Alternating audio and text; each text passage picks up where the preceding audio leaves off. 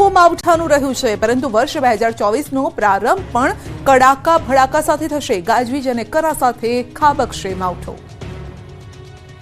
કાતિલ ઠંડીના કહેર વચ્ચે માવઠું તહેસ નહેસ કરવા આવી રહ્યું છે।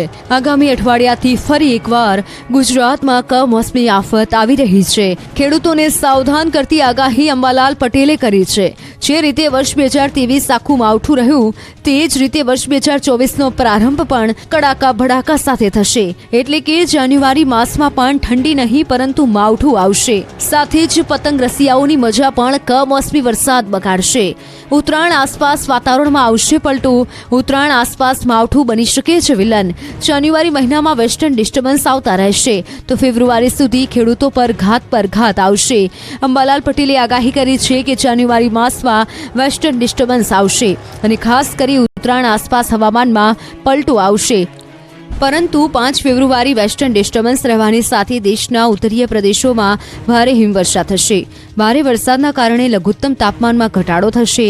ફેબ્રુઆરી શરૂઆતમાં ગુજરાતમાં કાતિલ ઠંડી પડશે। ઉત્તર ગુજરાતમાં લઘુત્તમ તાપમાન 10 ડિગ્રી થઈ શકે છે।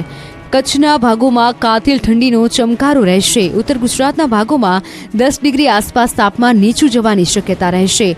તો વેસ્ટર્ન ડિસ્ટર્બન્સ ગુજરાતને પ્રભાવિત કરશે અને ફેબ્રુઆરીનો આખો મહિનો હવામાનમાં પલટા સાથે રહેશે। એપ્રિલ માસમાં પવન ફૂંકાવાની શક્યતા રહેશે।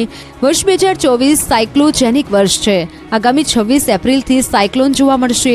1 મે પછી દરિયામાં હલચલ જોવા મળશે। જૂન માસની શરૂઆત આખા અરબ સાગરમાં ચક્રવાત જોવા મળશે અને બંગાળની ખાડી તરફ પણ ચક્રવાત સર્જાવાની શક્યતા રહેશે। એટલે કે